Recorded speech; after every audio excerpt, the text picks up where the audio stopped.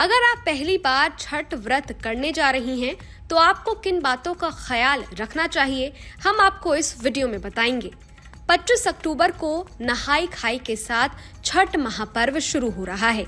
छठ का व्रत काफी कठिन माना जाता है, इसलिए इसे महापर्व कहते हैं। इसमें महिलाएं पूरे 36 घंटे तक निर्जला व्रत करती हैं। छठ पूजा की शुरुआत नहाई खाई से होती है, जिसमें महिलाएं सात्विक आहार ग्रहण करती हैं। दूसरे दिन खरना होता है। इस दिन गुड़ की खीर बनाई जाती है। फिर छठ के तीसरे दिन डूबते सूर्य को अर्घ्य दिया जाता है, जिसे संध्या अर्घ्य के नाम से जाना जाता है। वहीं छठ पूजा के आखिरी दिन उषा अर्घ्य दिया जाता है। इस दिन उगते सूर्य को अर्घ्य देकर छठ व्रत का पारण किया जाता है। तो आइए जानते हैं, अगर आप पहली बार छठ व्रत करने जा रही हैं तो आपको किन बातों का ख्याल रखना चाहिए। पहली बार छठ का व्रत करने वाली महिलाएं इन नियमों का पालन करें। पहला है साफ सफाई। छठ पूजा में पवित्रता का बहुत ही ध्यान रखना होता है। ऐसे में घर, आंगन, मंदिर और किचन समेत हर जगह को साफ करें। वहीं छठ पूजा के दौरान रोजाना स्नान आदि के बाद साफ कपड़े पहने।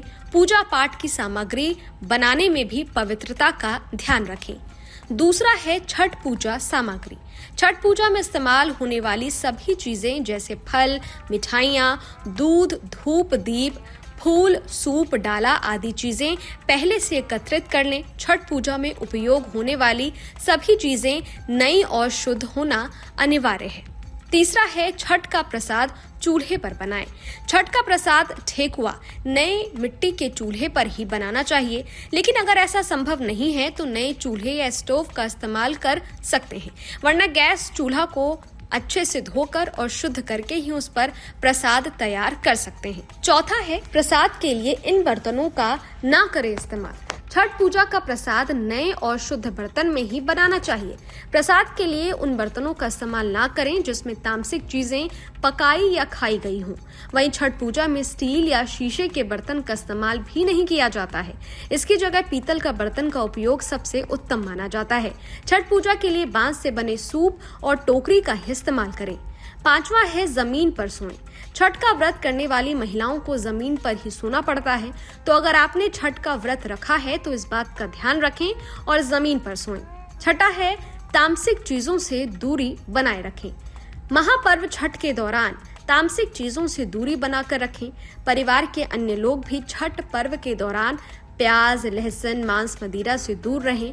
इन सब चीजों की वजह से छठ पूजा की पवित्रता भंग होती है। ऐसे में छठ के समय इन चीजों का सेवन ना करें। सातवां और आखिरी है व्रत का पारण कब करें। छठ व्रत का पारण उगते सूर्य को अर्घ्य देने के बाद ही किया जाता है। उगते सूर्य को अर्घ्य देने के बाद छठ का प्रसाद सभी में वितरित करें, फिर उसके बाद खुद भी ग्रहण करें। वीडियो पसंद आया हो तो वीडियो को लाइक कीजिएगा, शेयर कीजिएगा, कमेंट बॉक्स में कमेंट करना मत भूलिएगा। मिलते हैं अगले वीडियो में, तब तक के लिए इजाजत दीजिए। देखते रहिए स्तुति। शुक्रिया। इस वीडियो में दी गई जानकारी केवल पौराणिक मान्यताओं, धार्मिक विश्वासों और ज्योतिषीय तथ्यों पर आधारित है। स्तुति इनकी पुष्टि नहीं करता। किसी भी उपाय को अपनाने से पहले संबंधित विशेषज्ञ से सलाह जरूर लें।